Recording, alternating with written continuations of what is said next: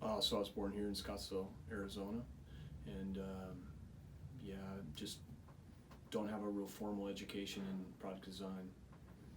Learned through trial and error. I think it started at a super young age, like 10, 11, 12 years old. I remember played with model rockets, and I just remember building my own little container to take my rockets to the field and launch my rockets. And it was everything from, carrying the rockets to putting the rockets on the launch pad with a battery and doorbell and all these cool little things. So I think that was probably one of the first things I ever designed, and I was young, really young. Well, for me, it's like if it's not a super high quality product, obviously there's constraints for design, money and stuff, but it's got to be quality.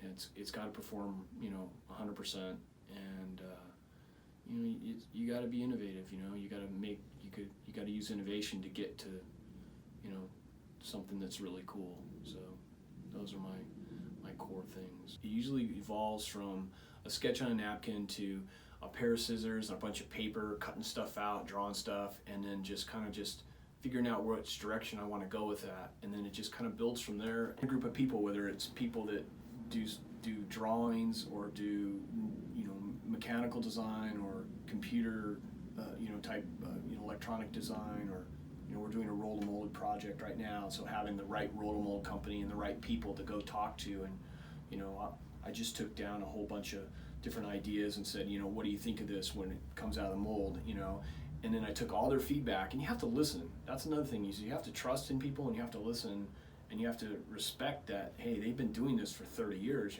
These people really know. I think that as a designer, like coming up with new designs that are truly new and innovative, I have something I kind of in the back of my mind I always say to myself, it's like differentiate or die.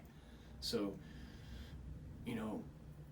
bringing out a product or designing a new product or going forward looking at new things, if we can make new products to save people time and enjoy what they're doing more, hopefully they can work less and enjoy more free time. And I think that's something that's, we all have to understand. We only have so much time.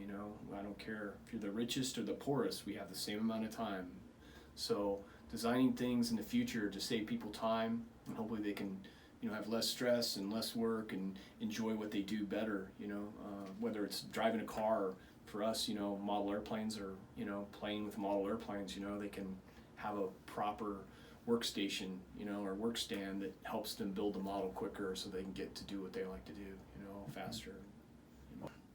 When you look at a product that looks so simple, and you're like, wow, that just looks really simple, I mean, that's probably the product that has the most time into it, and the most thought. And usually it's the constraint is whether or not you can sell that product at market and make a profit.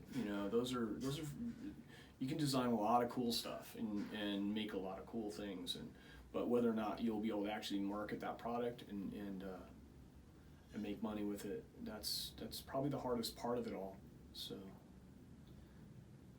do not be afraid to fail.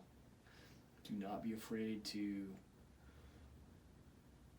work on something for an hour or 2 days or 2 months and then go over and dump it in the garbage can. Don't discount the fact that that was super important. That was really important that you went through that whole phase, figured out that that's a bunch of garbage and you don't want to do it that way, and you start over. It's very difficult to work on things for an hour, a week, a month, and then have to go, that's awful. I just went through it and I couldn't believe it, and I dumped it in the trash. Actually, I cut it in half with a saw because I was so frustrated. But don't be afraid to do that. It's super, super important to fail. And you will fail on things, and then that'll come back years later and go, yeah, I'm not doing it that way again.